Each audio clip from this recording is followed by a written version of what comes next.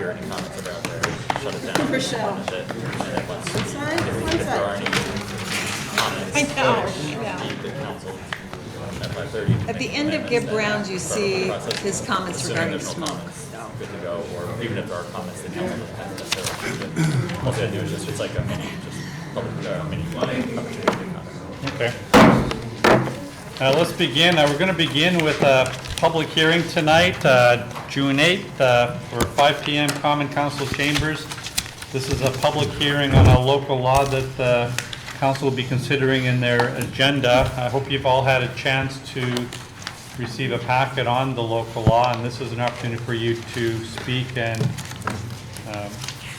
exercise your opinions on it as you wish. Is there any preliminary discussion that the council would like to have on the local law? I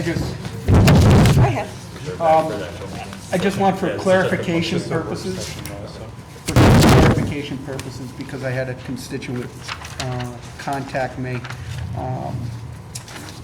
The small recreational fires, where it talks about the size of the wood pile, 3 feet in diameter, 3 feet in height, that refers to the actual fire and not any wood pile in their yard and so on. Is the fire chief here? You didn't anticipate that under the local law to govern fires that they have 3 by 3 by 3, or what's that, 27 cubic feet of fuel that they're burning? Right. This was just the size of the fire itself. Does that answer your question? Yeah. Just for point of clarification. I said that I would read the comments of someone who was unable to attend. Is that permissible? Sure. Okay. This is from Marissa Gilbert, 32 Grace Avenue. I'm absolutely against the proposed amendment as written that will allow fire pits and open fires in ways that are not currently allowed under the law. I realize you are looking at this change and envisioning a home on Trafalgar with a stone patio with a screened fire pit safely in the middle. The reality is it's more like a street like Montcalm, lots that are 30 feet wide with college students and beer involved. People can be really irresponsible, and fire affects more than just the fire starter. Many years ago, I actually had to add a clause in my rental leases specifying no hibachis or grills on any roof. The fire department and police need to have clear rules to enforce this. If you allow it, no fire should be closer to any building or fence or other structure than 25 feet. This is in the proposal, but should be more clearly stated. I can see someone arguing that a wooden fence isn't a structure. Under the city zoning code, the ZBA has already decided under an administrative review process that a fence is a structure. Every fire should be screened unless you are actively cooking on that fire at the moment. The wording you use is spark arrestor. A minimum of mesh for screening purposes should be stated 3 feet by 3 feet in size, and this is enormous for inside the city limits. A small fire pit with a fire area of no more than 18 inches across by 18 inches of flame height is sufficient for any recreational purpose. Many cities now have a permitting process for fire pits and chimeneas, whether portable or not. The process generally excludes gas and charcoal grills. They are also excluding these recreational fires from front yards. You may want to consider some very large fines for breaking this proposed law and endangering property in the city. I think it would be best to delay this for 1 month and do further research that will satisfy the needs and all at the same time protect property. Again, Marissa Gilbert. Thank you. Just as a point of a response, can I respond to that? Sure. This amendment actually is a strengthening of the law in the use of recreational fires, not a loosening of Right. regulations. So that's the intention there. Thank you.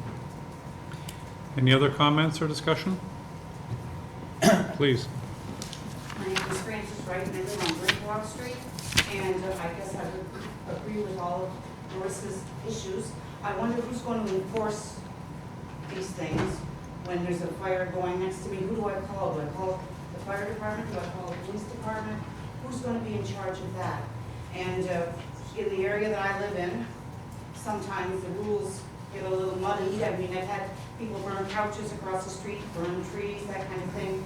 And I'm just concerned that this is just going to give them more fuel for their fire. No pun intended. And to clarify, this is a strengthening of the ordinance. I think that's an ongoing process to make sure that we have a proper mechanism. Normally during the day for a code enforcement issue, you would speak to the building code enforcement officer. In their absence, it would be the police or the fire chief that you'd be contacting. Yeah, But and I think that we need and to. I want to also add to this, the origin of this was exactly those kinds of problems, because the code was just really unclear and didn't give us a consistent means of application and enforcement. And so happily, police and fire and the attorney got together and said, how can we strengthen this law so that there is going to be a consistent application, that you don't call up one office and say, well, I can't do anything about it, and another one will do something about it. So this really is an attempt to improve enforcement for the health and safety of the citizens of the city, and also to give us a platform for trying, once again, which we do with so many issues, to educate people in the city that their actions have consequences, and especially when you live in a city and you're right up next to each other, what you do has an impact on the person next to you. Whether it's not covering your garbage and raccoons coming out, or burning what you think is a perfectly fine fire. There are people who have respiratory conditions, who are affected by smoke coming into their houses. So, I think that we're also trying to educate that you've got to be responsible and have some care for the people you live next to. And if you notice in the law, one of the things that is added is this attempt to say, if this really is disruptive, even if that fire falls within the law, the size of the fire in the pit and the spark arrestor, if it is causing problems for somebody else, then that fire can be put out. That is, because that's the bottom line, is the health and safety of the people. It seems that 3 foot by 3 foot seems like a good burn. Dean, do you want to address that, or Chief? It's a policy question. If we want to change the size, that's up to everyone. I mean, there's an enforcement issue. We don't necessarily want police or fire out there with a measuring stick for every fire. So I think the thrust of this is what you just noted, that if there's a complaint, there's an automatic ability to put out that fire if there's an objection to it. But of course, if the council wants to reduce the size, that's fine. It's 3 feet, 36 inches for a lot. So. Chief, you were in on these discussions, both you and the police chief. What were the criteria by which you made the determination at a 3 foot? I believe that was existing. Was it Dean? Is that existing size or? No. I mean, there was no regulation of recreational fires prior to this code. The existing code regulates open fires and bonfires and doesn't touch on small recreational fires. So it was. To make it smaller, when I looked at 3 foot by 3 foot, we have people that have existing outdoor Fire pits. fire pits that would completely be legal and meet this code. Yeah. I think that might exclude 3 by 3 or some more ones. I promised to bring up a point from another constituent, and just to consider how complaints work and how how neighbors interact, and how what seems perfectly okay to one person isn't acceptable to another. And I don't know how any law can help negotiate that conflict, but this is, let me see, this is a person who has a fire pit that meets all the standards, even the strengthened standards that are written in this new law, but who has consistently been called out by a neighbor and had his fire extinguished because of the smoke, I guess. So I just promised that I would bring up that notion of whose standards do you need to satisfy? How can someone who is burning, anticipate how the smoke will affect neighbors and so forth? And what I would reply to on that, I'm actually, look, I got a fire right on my desk right here. That's a good one. Thank you, Councilor McDowell. I'm a bit of a pyro myself. I really love fires. I don't know who doesn't. It's a primal thing, I guess. I have a fireplace, but it doesn't affect people because I burn my fireplace in the winter when everybody's windows are closed. But when it comes to something, smoke is, it's a irritant. Mm-hmm. If we were in Peru or Keys or whatever, if we were in the country, it's not a big deal, have a nice bonfire. But when you live and you've got even 15 feet of separation between your house and somebody else's house, I believe that the benefit of the doubt has to go to the person who says that this is bothering me. Right. And, beyond that, taking that complaint at face value and trusting that that person is offering a legitimate complaint, any other, an extension is for neighbors to work it out together, Absolutely. to talk face to face and so forth. But, really and truly, I wonder, just as a side note, let's say I'm barbecuing and I've got, there's smoke from the chicken I've got on my grill. Somebody could call if it's blowing in. I live out in Lake Country Village, and I have my barbecue far enough away from the house not to threaten anything, but the wind can carry it, and somebody might call upon the fire department to put out the fire that's grilling my dinner. I think that the intention is that food fires have a different quality than building a fire in a pit and just sitting and roasting marshmallows. And the length of time that they're in operation is also different. Right. Okay. Right.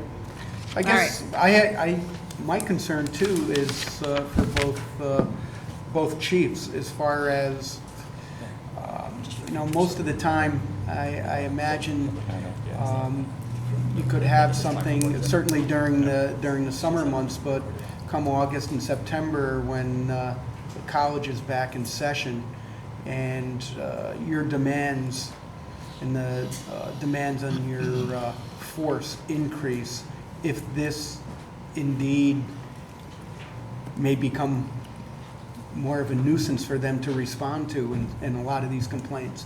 And as Councilor Armstrong said, oftentimes you may have a neighbor that they don't like their neighbor and don't get along with their neighbor, and as soon as they smell smoke, they're going to call and file a complaint. I'm just wondering do you foresee this becoming an increased demand on your staff, the enforcement? No, I don't. We're going to respond to any complaints we received. The language here just clarifies it a little bit for us, so I think it makes it clear what's acceptable and what's not. So I don't think it's any extra burden. Thank you. Please, and we do need to go into executive session before the hearing, so please keep it short. We can debate more later on if you like. Councilor Kelly and Councilor Dodd. I just wanted to compliment Councilor Casper for writing this. I didn't write it.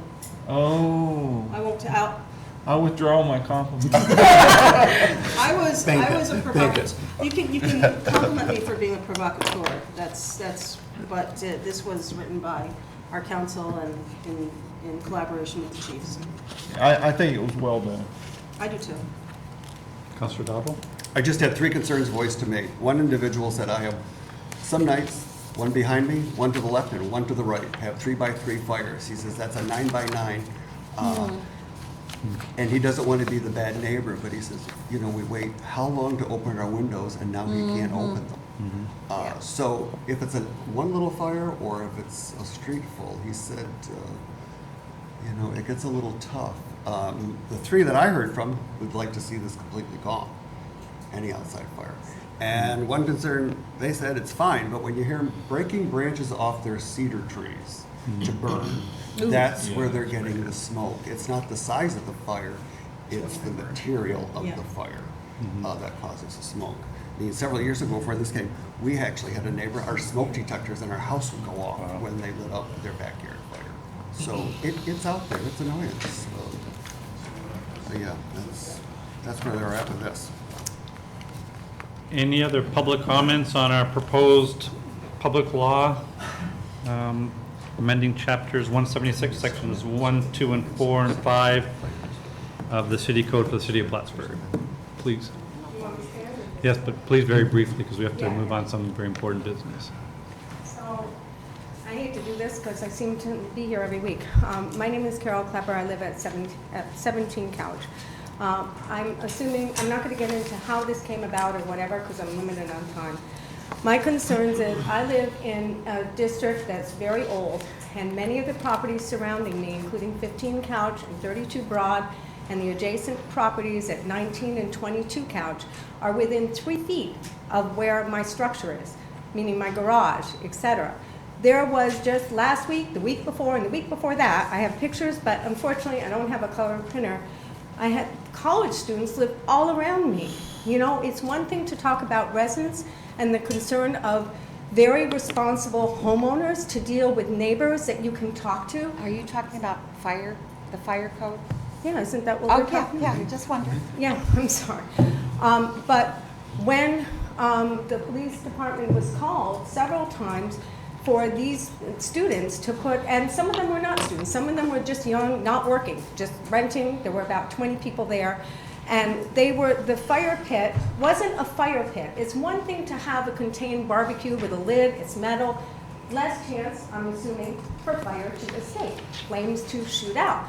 But in accordance with the new proposal, it can be literally, I'm assuming you're not intending it to be logs on the ground, but a fire pit is, you know, to be in a metal container is going to be contained, but it's very open-ended. My concern is this was where the fire pit, it wasn't a fire pit. They just put logs on a piece of, you know, ground, and they left it.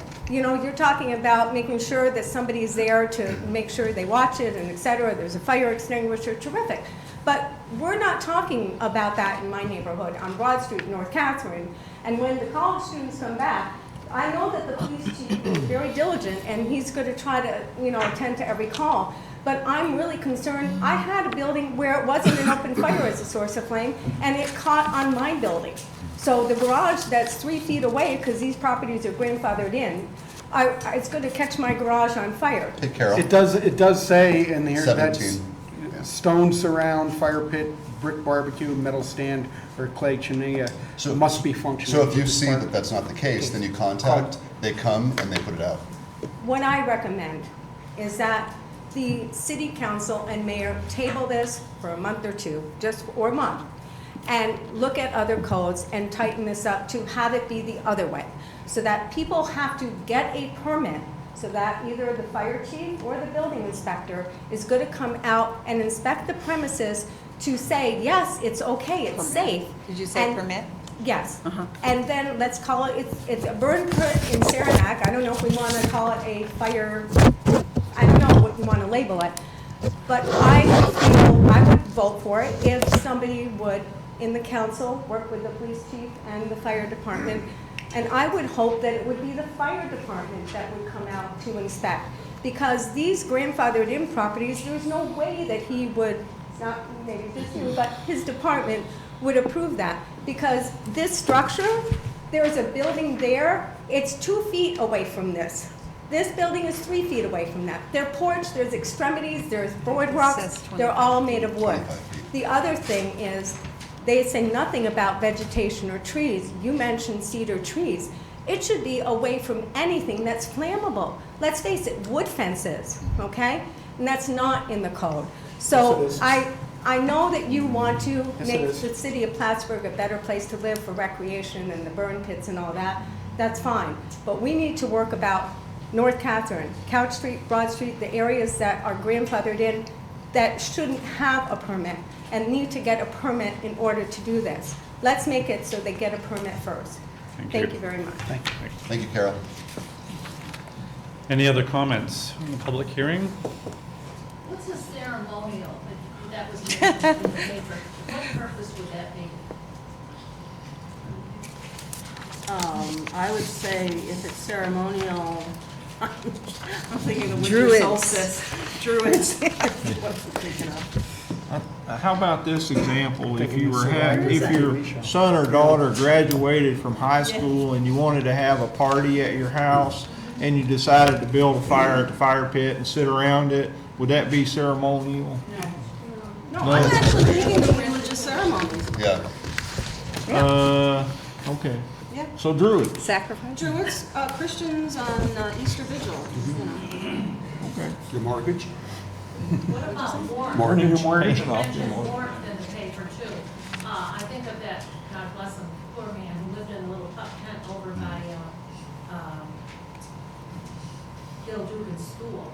He was there for most of the winter. I mean, he could build a little fire outside the tent just to keep him warm. I think you're going to have all the Burlington people from Church Street coming on over there and say, listen, we can build a fire over there and stay warm all winter. Good point, yeah. I think the intent there was simply on a, you know, a cool summer night to get warmth, not for, you know, heating. I assume, Dean, that was the Well, intention. I know right now that they have, No, that it's- they I mean, allow we're- this, this is I call it a pot-bellied stove. which is- Chimenea. Chimenea. Doesn't it say that there Chimenea. has to be some kind of structure And, you that's know, within it, those just things can't work be well. I mean, logs certainly on the they're ground. contained. I don't even think That's they're right. 3 feet around. But, you know, they certainly Needs to allow clarify that. recreational fun for people who want to gather around in the summer, that type of thing. I had a friend though, who, next door to her, just, you know, these branches come down from your trees, he just started cutting them up and burning them. She had to call the fire department. I think the fire department's gonna be very busy. The fire department comes down with this big truck. And then one of her neighbors got mad at her because they thought she was the one that turned him in. She didn't. I just think that's a possibility of a lot of that happening. I think it's a tough thing to control, even though you say it's gonna be 3 by 3. People can use their charcoal grills to cook outside. And then the other thing is there doesn't seem to be any time limit. You know, somebody starts a fire in the afternoon at 6 o'clock, it could go to 2 o'clock in the morning. And you've got so many older people in this community who have emphysema, they want to sit on their porches, they don't have air conditioning, they're on a 40 by a 60-foot lot. I mean, and the smoke comes over, they can't open their windows when they go to bed, they can't sit out on the porch because the smoke Sure. is so bad. And they're gonna call the police department, or they're gonna call the fire department, but I think it's gonna keep them very busy. Given the concerns addressed, I would be comfortable with tabling. Here's my problem with tabling. People are burning fires That's right right. now. Yes, you're right. But then they shouldn't be permitted. But there currently are is the problem. So I think that, There's a local law I currently. understand that's part of the reason that maybe Ms. Casper brought this up, because you're trying to To lock it handle down. what's existing. The problem is they're illegal. This one was illegal. The Right. police department came, let me just explain this. The No, police but I- department- we need to Yeah, really we have move to move on. on. We can have more No, it's discussion very during the clear. meeting. This is very important. Please, But very we have short, another okay? opportunity. They said they turned it off, it burned till the Carol, morning. you're out of and- order, Carol. You're out of order. But- We'll talk about it when we come back from executive session. Sorry. is there, Close, if there's no more comments, we close the public Time hearing. limit, you try to set a time limit. And then if they fine these people, it's usually $25, $50, you're gonna fine them Right. 500. I know. Then they might think about it. We can have further discussion. We'll have further discussion in the meeting. We'll have further discussion in the meeting. Oh, we just need to close the public hearing for now so we can move on in the agenda. sorry. So hearing no other public comments for the time being, do I have a motion to adjourn the public hearing? So moved by Councilor Kelly, second by Councilor Dowdle. All in favor? Aye. Opposed? Passed. I'd like to ask for a motion to move into executive session to discuss the potential litigation between the city and the firefighters union. Moved by Councilor Kretzer, second by Councilor Wenzel. All in favor? Aye. Opposed? Passed. 10 minutes, please. Thank you.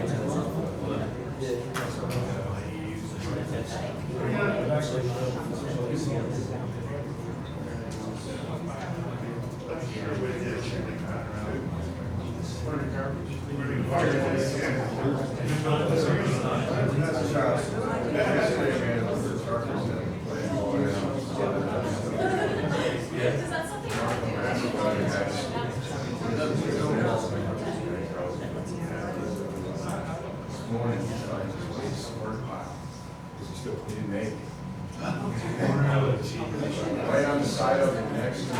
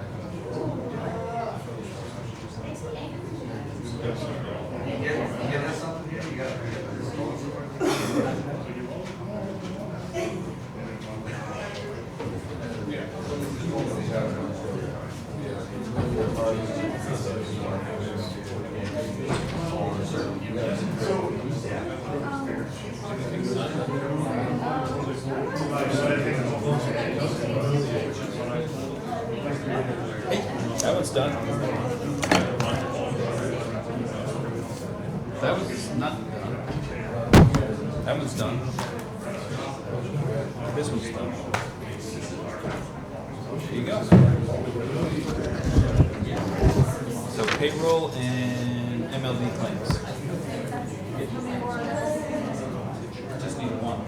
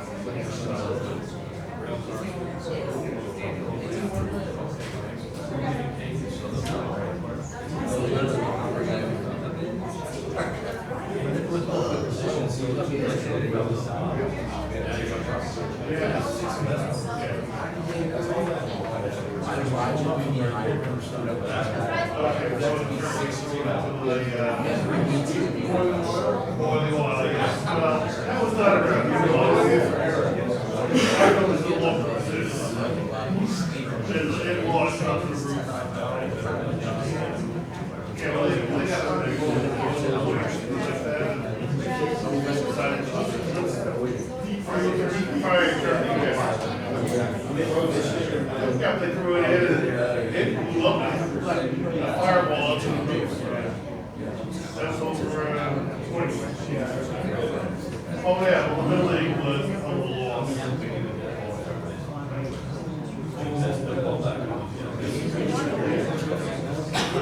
Yeah, I probably. No, that one, there was another fire. And I did make sure that out, the other one, everybody got out. It was like 20, 30 houses displaced. Yeah, it worked. That was I didn't count two.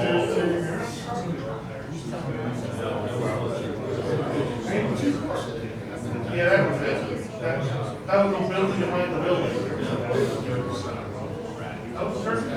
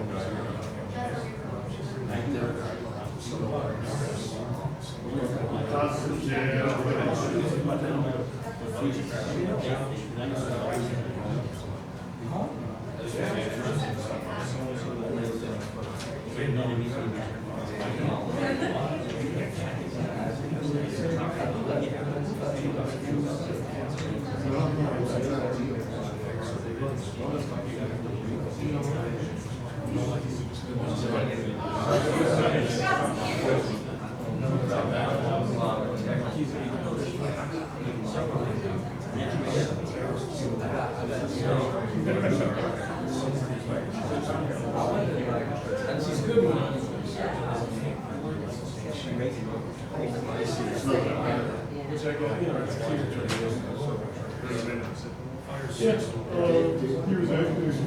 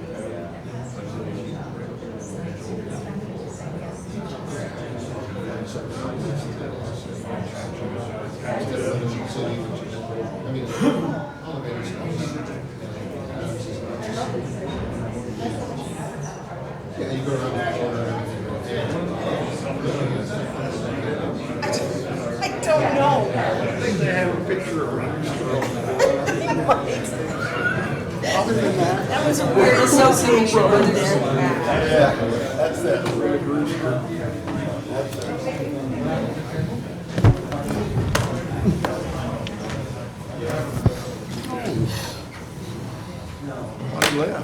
Well, thank you for your patience. We returned from executive session. We were discussing the issue of the firefighters union versus the city of Plattsburgh litigation, potential litigation, and no decisions were made. If there's no other issues that you'd like to draw in for a working session, we can begin the council meeting. So let's begin the council meeting for the city of Plattsburgh with the Pledge of Allegiance. Pledge allegiance to the flag of the United States of America and to the republic for which it stands, one nation, under God, indivisible, with liberty and justice for all.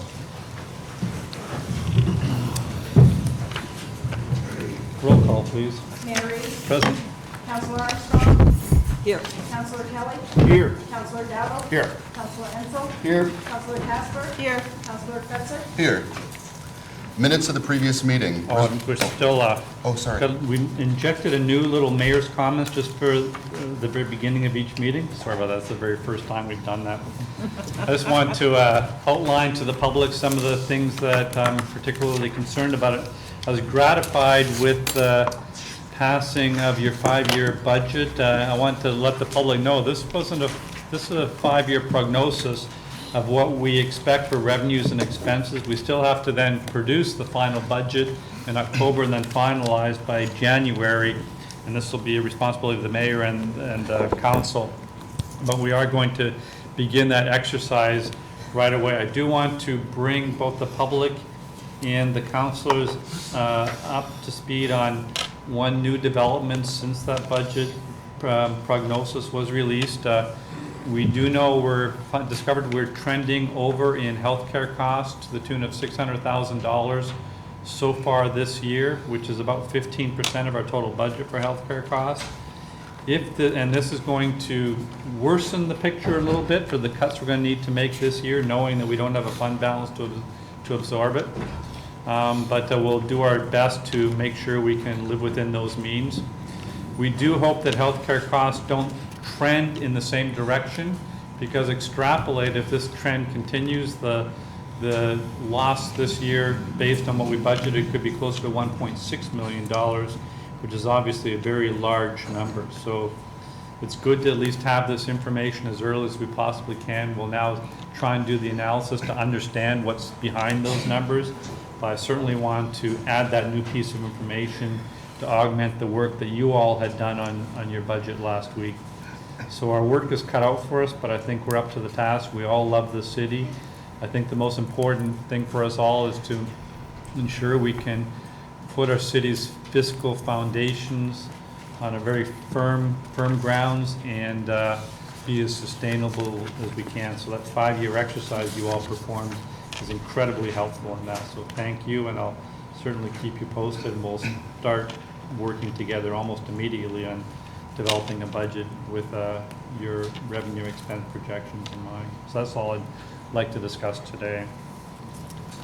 Now, thank you. Minutes of the previous meeting. Resolved that the minutes of the regular meeting of the Common Council held on June 1st, 2017 are approved and placed on file among the public records of the city clerk's office.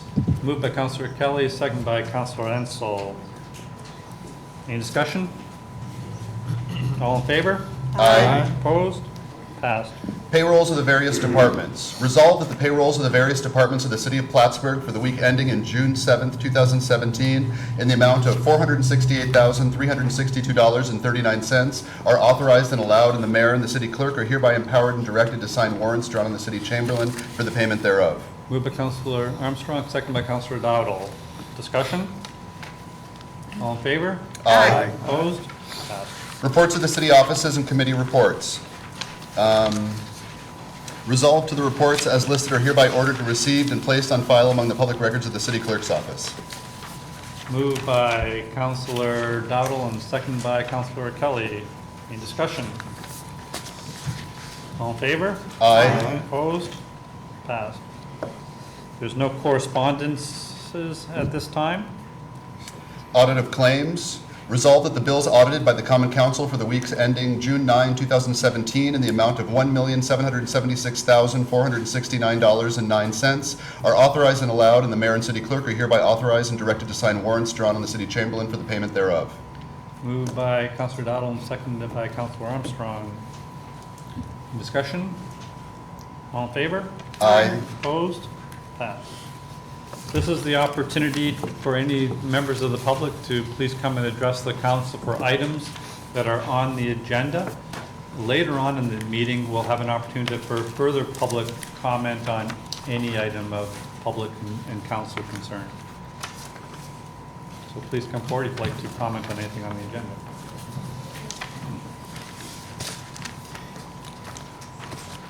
Hi again. Sorry about my attire. I bolted out of work. Okay. One of the items on the agenda had just been brought into my knowledge today regarding the permission of food trucks to operate on Brinkerhoff on Saturday mornings during the Downtown Rising events. As far as, what I've gathered and, when you speak to people both involved as well as those visiting such an event, it's to build culture downtown and to get our people or our, maybe not people that live here or in this area, but mostly to get more people down here rather than up on Route 3 giving money to corporate America and building the culture and the identity of downtown Plattsburgh. The one qualm I guess I would propose to that is that the businesses that, that literally are there year-round within, 500 to 1,000 feet, are there in December, they're there in January. We wait all year for something like sunlight, and it's limited. So I guess, my issue is that if these, food trucks are permitted, not only is it directly affecting foot traffic, visibility, people wandering after they get their produce and their crafts. And it really affects the business owners, especially when they're fighting for everything they can to, get new call out to new, customers, repeat business. So I urge you to kind of, I guess, weigh out the options as far as putting it literally in front of A, my window, B, within 100 feet of Yama Sushi, the Bagel Pit, 200 feet from Arnie's and Hobie's and Blue Collar Bistro, because not only do they rely on people adventuring, but now you're having a food truck that's sitting on the sidewalk, their menu in front of them, their hood vent is either out the back of the truck or off the top, so not only is the visibility right in front of them, you now are smelling their food while you're walking by. It creates a severe disadvantage to local business owners that pay, taxes and fees to operate here in the city 12 months a year, not one day from 8 to 3. And, yes, right now we open from at noon on Saturdays, but noon to 3 is my lunch. That's the start of my day. That's my exposure to all this new foot traffic that's across the lot. And, I guess my qualm with it is that I think it should, really be, thought about before we say, weekend warriors or hobbyists or, some guy just cooking out of his truck to make a few $100. There's, people, businesses, families that thrive on that foot traffic and that exposure. And I feel like hopefully there can be a compromise made, possibly, maybe the south end of the, the city parking lot.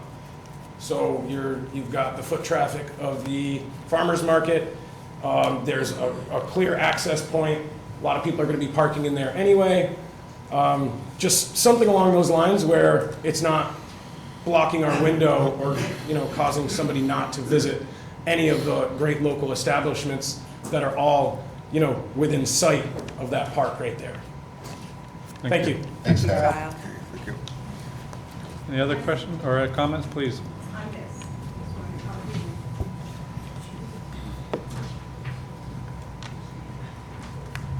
Sorry, but it is an issue that I think is important. I live downtown. I'm so happy that restaurants have come downtown and it's viable and people are coming and all walks of life. We used to, the city, have vendors near the city hall and also in the parking lot, as he suggested, and they were during events. I understand that the Strand, you know, brings people, and maybe that would be helpful for the Strand, but I definitely agree with the young gentleman that just spoke. There's a big problem, because not only are you creating a different atmosphere in that area, which we're trying to get, you know, a little bit upscale and a little bit better, that you're having vendors, I don't think it's a good fit. I think it would be better suited for the city to have these vending trucks where we would do with Trinity Park or whatever, but down near City Hall or in the parking lot. The other big concern is we already have limited parking. I don't agree to take up more parking spaces that we need. So I would ask the city to just have a relocation, limit the times that might be suitable for when we have events, and not have it be counterproductive. Thank you very much. Thank you. Take care.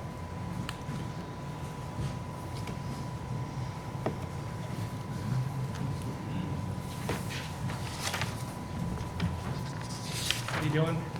I just came out of work too, so I'm dressed like that. I apologize. I'm a little nervous, so I'm speaking publicly. I live at 32 Broad Street, and this is regarding the fire ordinance situation.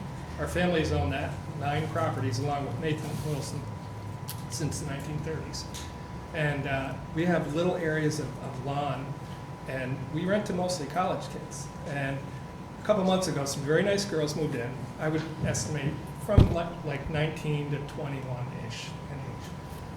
And I noticed about a week or 2 later, they set up this little fire pit. And I told them I really was uneasy with that, because it's only like literally from here to there is Wilson Appliance, the original Wilson Appliance, and about that much space next to the porch.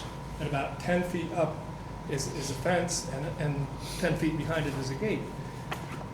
So they said, "Oh, we're going to watch it." And I'm not lumping all young people. I don't think they were lying to me. I think they had good intentions that they would watch it, they would make sure it was put out and everything. So a few nights later, you know, you got a 3-foot wide fire pit. They're stuffing it with wood, and they have 15, 20 people over, and the fire's like this high. I'm like, that's ridiculous. You know, it's so close.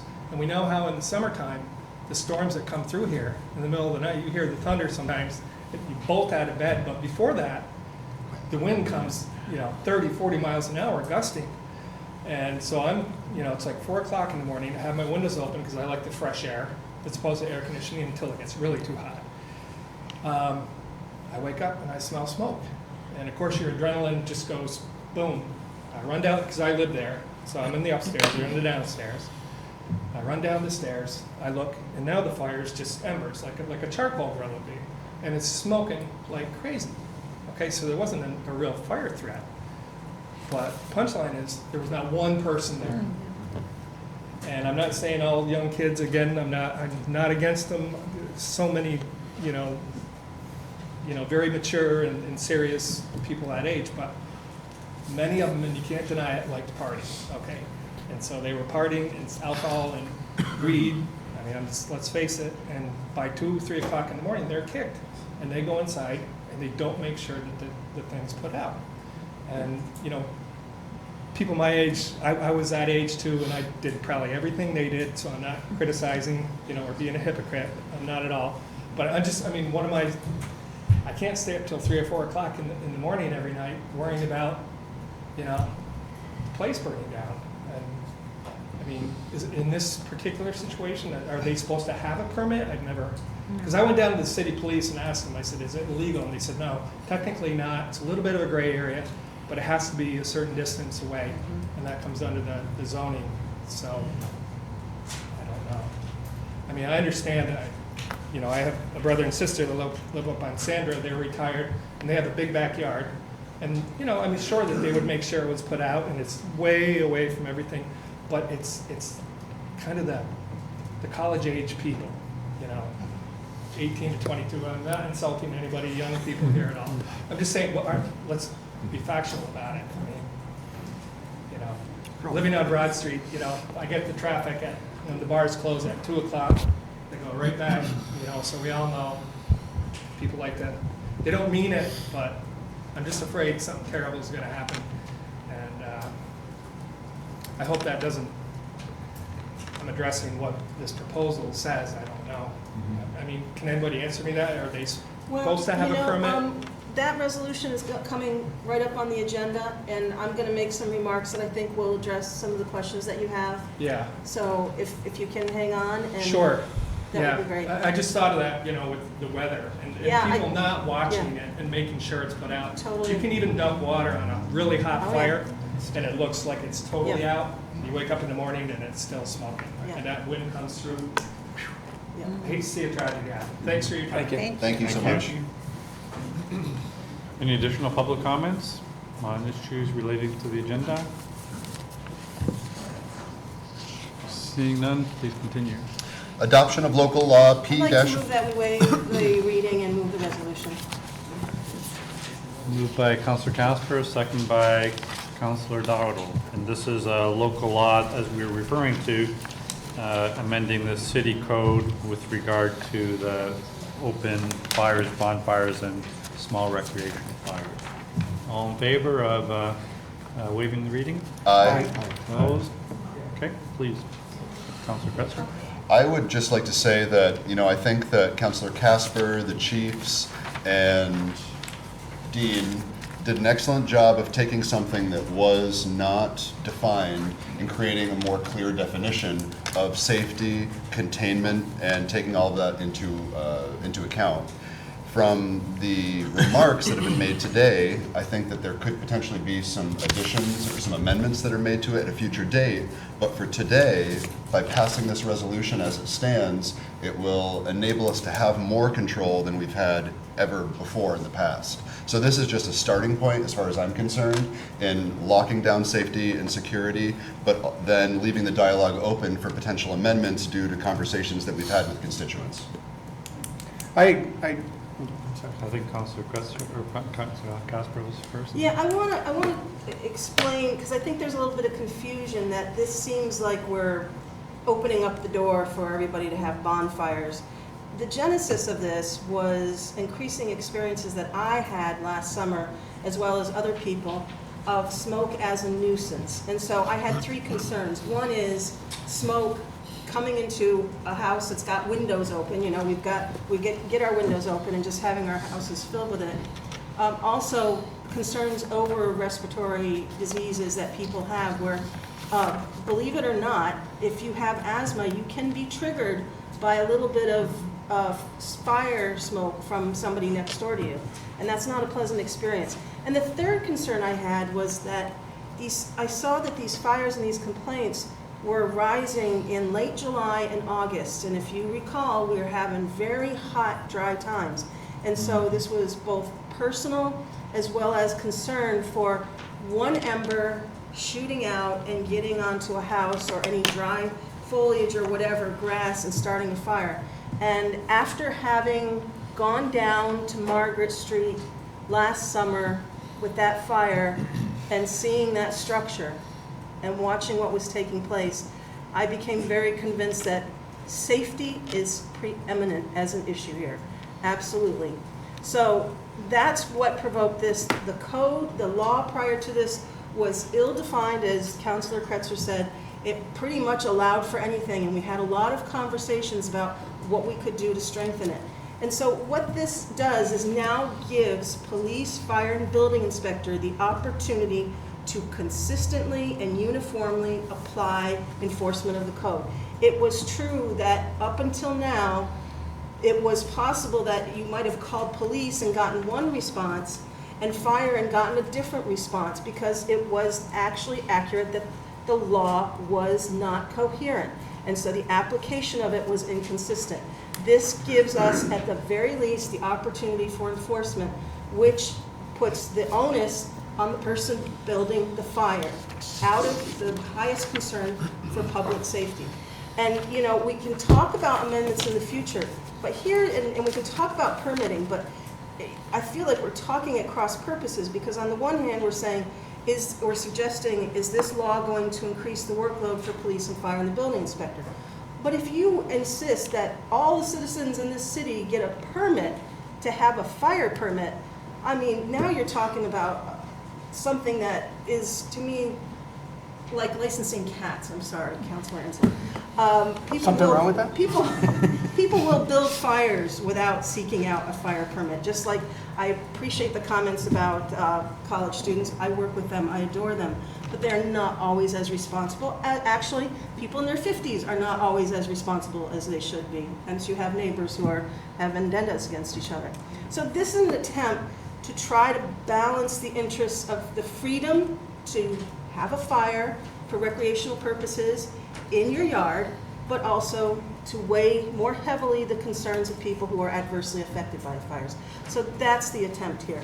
And I think that what this gives us is a better tool for helping the citizens of the city to be responsible for each other. Thank you, that was really well Yeah, done. I agree with you, Councilor Casper, that this is seems well-defined. My concern is just the enforcement aspect of it, as far as how strictly it will be enforced, and having neighbors who don't get along with neighbors being chronically, habitually calling, oh, there's smoke coming out at my window, I'm smelling smoke, I'm filing a complaint, and that the police and fire and inspectors may be bogged down in essentially nuisance But complaints. that's really true of any ordinance Right. that we have. I mean, noise ordinances, you name it. That really does come down to the judgment of neighbors and the goodwill between them. So I don't think that's something that we can factor into our discussion. And I'm quite certain that there were many phone calls made to fire and police in previous years complaining about fires. And actually, I think the workload was increased because of the lack of clarity. I can speak to that personally, that I had called police. It was an evening where it was really kind of heavy. Somebody had built a fire catty corner backyard to me, and the smoke was so low, it was literally drifting through the streets. And I called police, and someone, said, okay, we'll check it out.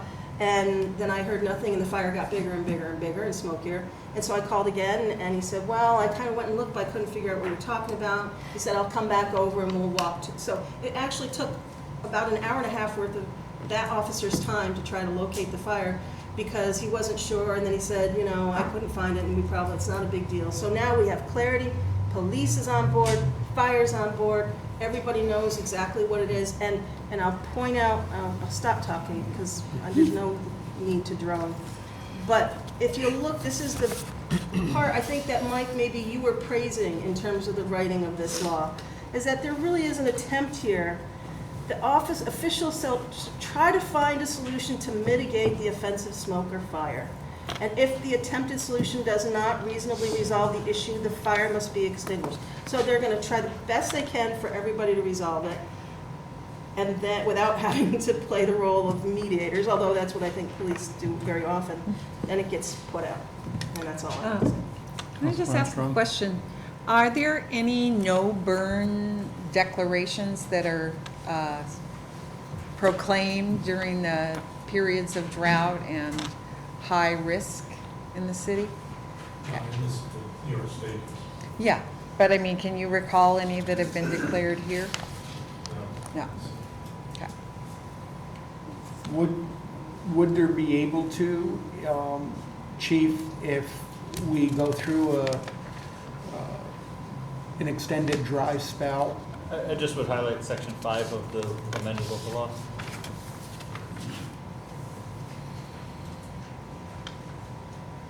Okay. Oh, weather condition, I get it. I was convinced that Becky wrote this because it talked about ceremonial fires. And that seems like something Becky would do. It is, it absolutely is. Isn't it? I love that. I love that concept. I think of a Gene ceremonial channeled me. fire. Humans have had fire for, what, 1 million years, 500,000 years, and it's always been part of our culture, probably one of the few things that makes us different from other animals. So I really like that, Becky. Yeah, me too. And I also think at some point, it might not be bad, not now, but at some point, to explore the possibility of permitting that activity. We permit a lot of other things, and it's a source of revenue. which I we knew need you were badly. gonna say that. I So- knew that was coming. So it might be a good thing to explore. Any additional comments? Are you prepared for a vote then? Roll call. Counselor Armstrong? Yes. Counselor Kelly? Yes. Counselor Dowdle? Yes. Counselor Enzo? Yes. Counselor Casper? Yes. Counselor Cretzer? Yes. Resolved in accordance with the request, therefore the Common Council approves water pollution control plant authorization to advertise for bids for a new water WPCP sludge trailer due to substantial repairs needed to 2 existing city-owned trailers. Moved by Councilor Armstrong, second by Councilor Dowdle. Discussion. And I should note that the good engineer also offered various options for this. This is just merely an opportunity to advertise for bids, but he is exploring lower cost alternatives, including buying one vehicle instead of 2, moving tubs from one vehicle versus another, managing the fleet in a way to optimize the use of the existing trailers. So thank you for that. That was a good discussion. Was. Any further discussion? Roll call? Counselor Armstrong? Yes. Counselor Kelly? Yes. Counselor Dowdle? Yes. Counselor Enzo? Yes. Counselor Casper? Yes. Counselor Cretzer? Yes. Resolved in accordance with the request, therefore the Common Council approves an agreement with Ron Santor as the 2017 Zone 9 Police Academy Director for the total cost of $15,000. There is no increase in cost from 2016. Moved by Councilor Dowdle and second by Councilor Casper. Discussion. Note also, I believe the chief will concur that this generates some revenue for the police department as you also bring academy members in from other locations. That is correct. This is an item that was in the 2017 budget. It's not an unbudgeted expense, as I take it. And as you said, it generates revenue. But my question is, do we have any academy candidates on our own force this year? We're currently working on that. Okay. So we do anticipate Yeah, some participation. right. Okay. Any further discussion? Roll call, please. Counselor Armstrong? Yes. Counselor Kelly? Yes. Counselor Dowdle? Yes. Counselor Enzo? Yes. Counselor Casper? Yes. Counselor Cretzer? Yes. In accordance with the request, therefore, the Common Council authorizes the mayor to sign a license agreement with Lake Forest Senior Living Community Incorporated. I'd like to move that we waive the reading and move the resolution. Moved by Councilor Casper, second by Councilor Kelly. All in favor? Aye. Opposed? Discussion? I'm wondering if they can have it go a little bit further south down to Pine Harbor too, where the sight lines are being covered. I was just gonna say that, I've heard from lots of my constituents who own property down in the Fort Scott area and Harborview area, and, you know, the Lake Forest area as well, about, how having a vista to the lake is mutually beneficial to both the city and to residents who live there. It's beneficial to anybody who uses the path for recreation. It's an attraction that potentially brings tourists as they're looking at whatever down in the historic areas of Ward 1. So I very much appreciate the initiative that Lake Forest has taken to try to beautify this section. And so I'll be voting in favor. Any additional discussion? Seeing none, roll call, please. Counselor Armstrong? Yes. Counselor Kelly? Yes. Counselor Dowdle? Yes. Counselor Enzo? Yes. Counselor Casper? Yes. Counselor Cretzer? Yes. Resolved in accordance with the request, therefore the Common Council authorizes Ian Ader and Ryan Casey of Downtown Rising to utilize 3 parking spaces on Margaret Street adjacent to the Strand Center for the Arts for food truck vendors associated with the weekly Downtown Rising Producers Market. The request is for the use of the 3 spaces from 8 a.m. until 3 p.m. every Saturday in the months of June, July, and August. All vendors have obtained proper certification from the Health Department and the City Clerk's Office. And I am going to request to recuse myself from this vote. Okay, moved by Councilor Kelly and seconded by Councilor Armstrong. Discussion? I would just like to say that I agree with some of the comments that we heard earlier, that I have an issue with temporary food truck vendors coming in to an area. Yes, they do pay for a permit, but businesses that are there 12 months of the year, 365 days a year, that are paying taxes, that are trying to strive to build a business, that I've heard these same complaints in previous years down in Trinity Park as well. So if the food trucks would like to come to the city, maybe perhaps they could come on a Sunday when some restaurants are closed. I'll share with you, this is an email from Cynthia Snow, who owns Blue Collar Bistro, which I think was sharing that same sentiment. Yeah, I think we all I got a think copy we all of got it. a copy. Okay. Councilor Kelly? Go ahead. I'm a big fan of Downtown Rising, and I was so glad to hear that it was coming back.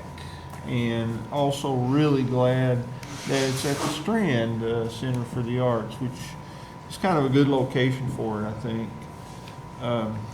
However, the restaurateurs who came to speak to us and other downtown residents came to speak to us make a very good point that it's very difficult for them to compete with the food trucks at that location.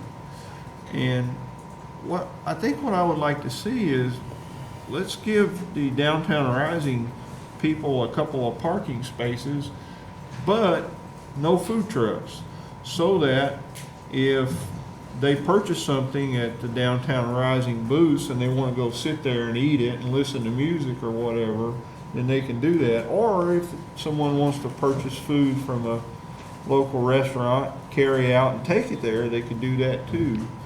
But the idea of having the food trucks compete with restaurants that are so close by just doesn't make a lot of sense to me. I have to say that I as well have been encouraging Downtown Rising to, kind of add to the food and agricultural culture of downtown, and I'm really glad they've found a space at the Strand Theater, but I feel that we've had some compelling arguments made from local restaurateurs, and I feel like I must respect that. In terms of parking spaces, I'd like to also acknowledge the point that a resident brought up during the public comment period about how we've gone through a process of awarding these spaces already, and we don't want to, even though I guess we do have the ability to extend the number of permits, parking does come at a premium downtown, so that's one consideration that I would be a little hesitant to approve. But I think that Councilor Kelly, you make an excellent suggestion that those, or I guess it was Mr. Insel, who said, let's get some food trucks, and perhaps another day when other places aren't open, welcome them. Councilor Dowdle, you had a comment? Well, I think we're in a position where the food trucks are allowed only downtown. Is that correct? I think they're only allowed, they couldn't. In the business district. Yeah. So. And that's in the business district. Right. So we have that. That's where we're at with that. And I did talk with some of the local business people today. And they made arguments that apparently we're all pretty much on board with. One thing that might be considered is we did want restaurants opened on Sunday. We've asked that. We were actually going to entice them with their parklets to open on Sunday. Perhaps we could locate food trucks on Jerky Street. And Parking lot? No, on Jerky Street. On Jerky Street. On Jerky Street. Or in the parking lot. That way we could bridge the farmer's market to downtown Rising. 'Cause there Oh, was you mean some- on that day? Yeah. Okay, yeah. I think to ask them to come on Sunday, I don't know how many take. We could ask them. You know, I just want to say that we're down taking care of the flowers very often on Sundays, and how many people come I and know. ask where there's something to eat? But there is. There's only two that aren't open on Sunday. Yeah, they get, yeah. Iris's is not open. I give them all the list of options. Yes. It is like peaks and valleys. One Sunday's amazing, and then the next, you get 5 people, they go, oh, I didn't think anything was open on Sunday. And it's like, Yeah. I actually spoke about it with Councilman Dowell today. I wish Downtown Rising was on Sunday. So those business owners that are closed on Sunday habitually will feel like they are missing out. And the culture will change. So maybe next year that can be put on the table. Or even at the end of this season, it can be advertised as being a possibility next year. Keep an eye out, Sunday afternoon, something to do with the family. And it forces people to think about Sunday. Thanks. But I like your idea, Counselor Dowdle, of the placement, I think you're suggesting along that path next to West Elcon Building, if you were to put a couple food trucks down. Because I think we're only talking an ice cream truck and a food truck and that's it. But 3 spots. Well, we could limit that, I guess. We Probably could because the limit trucks are restriction. big, so. Right, I mean to jockey them in if you have adjacent parking. If it were one food truck and one ice cream truck, and maybe in a different location, because if they get a license, they can only be in the business district. So why even offer it to them? They can't. Right. Kelly? No, there's no discussion right now. And I liked an expression I heard today, there's a give and take, but with the food truck, they take. They take and they go. Where the others are given a little more, a little investment, a little interest in downtown. Right. So I would, because we do allow them in the business district, perhaps in a different location and restriction on the numbers. Counselor And how Kelly? much do they get? How much do we get to let them park? Well, it depends. How does that, If they only want to do a 1 week, it's $60, and if they do a year, it's $300. and they're paying us or are they paying Downtown Rising? They're paying us. Us. So they would come to you each and every week? No, Or the 2 that are there are yearly already. They've already paid. Okay, so they're yearly, but, Yeah. okay. So if it rains and it's a lousy day, they basically paid for it even if they don't show up. Okay. Counselor Kelly? Just for the sake of expediency, I was going to recommend that we vote no on this. And if someone wants to come back with another proposal to put food trucks somewhere else, then we'll entertain that at our next meeting. But just to look at it the way it's written, right. Any further It's discussion? flawed, right. You ready to call a question? Roll call, please. Counselor Armstrong? No. Counselor Kelly? No. Counselor Dowell? No. Counselor Enzel? No. Counselor Casper? No. Read out the next topic. Saying yes. Resolved in accordance And with you're the the request lead. therefore the town council approves a police department employee to attend a training for the continuing education component of the local office for the prevention of domestic violence from June 21st, 2017 to June 23rd, 2017. The total cost for this will not exceed $192, as lodging and transportation will be paid for by domestic violence office and will be expensed out of the asset forfeiture fund. Moved by Counselor Ansel, second by Counselor Dowdle. Discussion? Roll call? Counselor Armstrong? Yes. Counselor Kelly? Yes. Counselor Dowdle? Yes. Counselor Enzel? Yes. Counselor Casper? Yes. Counselor Cutzer? Yes.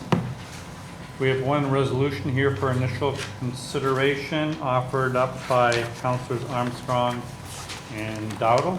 Yes. You like a little bit of initial discussion to be considered next week? Is that satisfactory, or would you like us to just?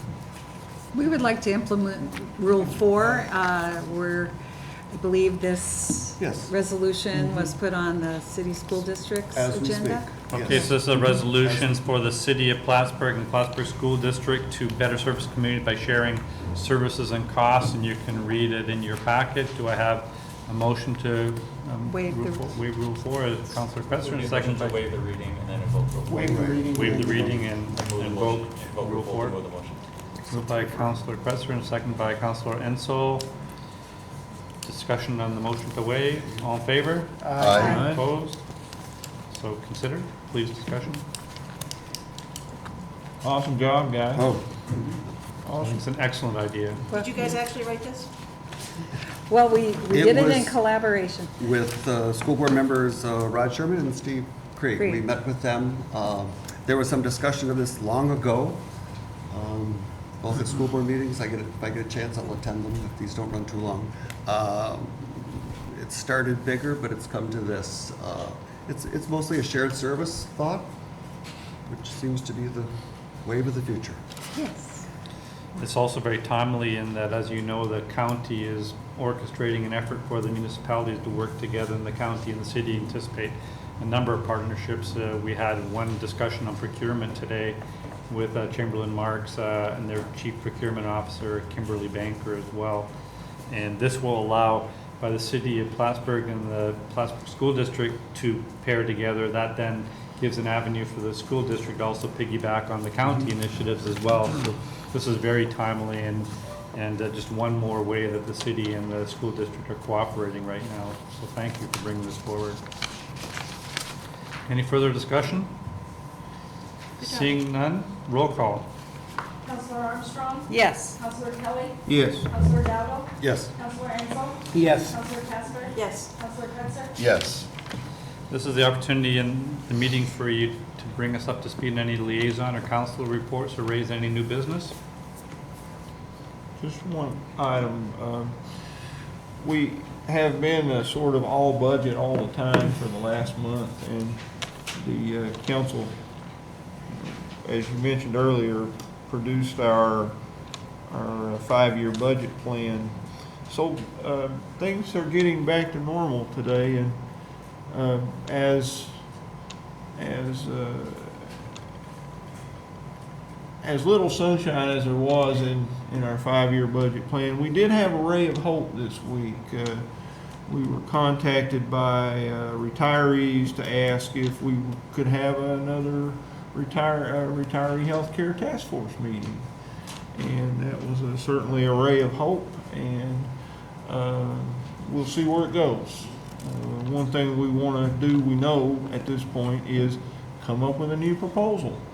So that means we're going to continue discussing and maybe come to some sort of agreement with retirees' health care again. So that was pretty exciting to think about. We had that first meeting today as well, and the city hopes for additional meetings. One other thing I should have mentioned in my comments earlier, but you brought up the budget. I want the public to be very aware that for every $1 revenue enhancement you'd propose for next year, we're actually anticipating upwards of $3 to $4 of expense reductions. So by far and away, the heaviest lifting of trying to get this ship better in balance is by looking for expense reductions and efficiency improvements. I think that that's a message that taxpayers need to understand. Any further comments, reports? New business? Seeing none, this is the opportunity for the public to come and address the council on any other issues that may not have been on the agenda. So please come forward if you wish. Third time lucky? Yeah. It's someone on the agenda, but not, Doesn't have to be. Okay. Cal Armstrong mentioned, and we spoke about this 3 years with many of the same council members. I definitely agree with Ms. Armstrong about the city's gem, the waterfront. And 2 comments I have to make is, one, regarding the food trucks. Is the marina in the business district?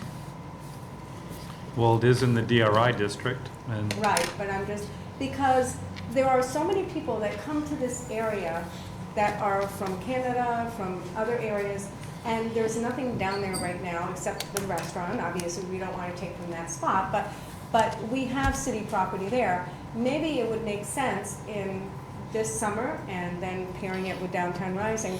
We had that cleared spot that you did across from the food co-op. Maybe Downtown Rising could be there, and then the food trucks could be further down on Bridge Street, and then everybody could work together to have, everything work as a, concerted effort. Having people that come on the boat, then come up. The other comment I have to make is regarding the vista on the bike path and recreational trail. I hear it time and time again that, trees are growing up. So last year, I saw people from Fort Brown Drive and other members from Harborview trying to clear the brush and some trees, and they said that the city has worked, in the past, we worked with CP Rail. I guess with liability, that never went further with that, and so that door was closed. Is that correct? That door is no longer available to us to work with CP Rail to clear brush there? I guess it's their discretion. Okay. We can ask all we like. So, because we know that we want to be proactive and brush and trees grow quite rapidly, all those trees that they cut down, I don't know if anybody's been down there, they're all growing up. And I know because, I maintain our properties, it won't take but, another, that wasn't correct English, but another 3 weeks and there'll be full-grown trees that you can't easily just weed whack down. So I asked the city, I know we're in a budget crunch, but this is to bring money to the city. I mean, that's what attracts people to the city is the boardwalk or recreation trail. Can we work it into the budget to cut it down? And then, like Becky and I were speaking about maintenance, once we do an improvement, to have it on the public works or something to maintain it, when they go to mow that area, they weed whack, and if they're weed whacking once a week or every other week, then it won't be an issue of so much time invested. So I asked the city to really look into this, or the other alternative, if we don't want to spend man hours, then work with the area residents that have condos along the recreation trail, and maybe, again, the Public Works will have every other week a truck there so that we could dump the debris into the truck, they can remove it, and that we can work as a volunteer team to clear it out. But right now is the time to get it because it's getting really high. So I really asked the city to look at that for the whole trail.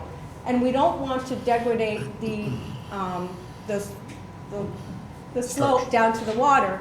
We want to selectively remove trees because we need to keep that bank. We don't want erosion. We can't even go there because it's owned by CP Rail. Okay, all right. So we're talking about a relatively easy area to access. So I do ask the city, really, I need to have you look at that. And the last point, I know you passed the fire pit and the regulation. I understand that you want to regulate it.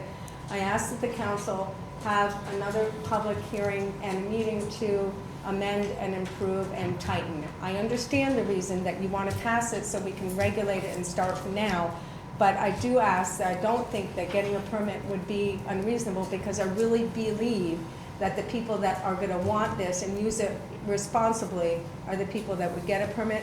I think weather conditions need to be in there, and I think there needs to be, like Saranac and other areas, a no burn clause in there so that, just like the snow removal, that the fire department or whoever puts out a ban in the city paper, whatever, that says on these days it's high wind or it's a dry drought, there's no burning permitted, whatever. Then it's easy, black and white, city can enforce it. Thank you very much. Thank you. Any other public comment? Please. Sure.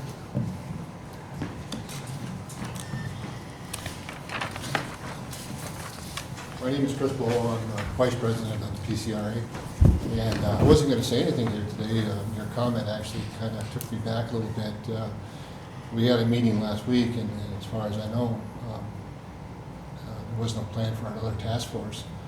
However, I just want you to know that we're certainly, we'll talk about anything we want to talk about at any time. But I guess it has to be done in a way that at least we know what's going on. I'm pretty sure Gary, unless Gary's one of those retirees you're talking about, he is? Mm-hmm. Well, like I said, we met last week and that wasn't part of our plan, but things change, and I'll certainly have a discussion with him. Thank you, and that's all I have to say. Thank My you. pleasure, thank you. Mr. Branstetter had asked us in a meeting earlier on this week if we'd reconvene and have a task force meeting. We did, we said we were very happy to, and we had one today at 2 p.m. and we're obviously willing to have as many as the association would like. Thank you. Any other public comment? Seeing none, do I have a motion to adjourn? So Moved moved. by Councilor Armstrong, second by Councilor Kretzer. Discussion, roll call. Councilor Armstrong? Yes. Councilor Kelly? Yes. Councilor Dowd? Yes. Councilor Ansel? Yes. Councilor Casper? Yes. Councilor Kretzer? Yes. Thank you. Rod asked me to text him when we passed it. Is he on pins and needles? I guess. Hi. Are you bringing us pizza after all of our hard work? Here, I'll sign it for you. I'll sign that.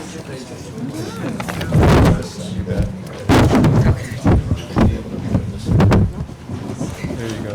Thanks.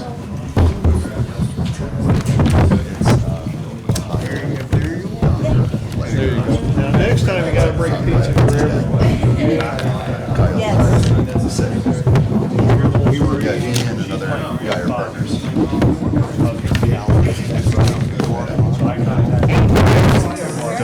He's not gonna be here. Absolutely. Thanks, Joe. And I'm gonna, if you can't make it, I'll be here. Okay, at 4 o'clock next Thursday. Yeah, I'll be here. Okay.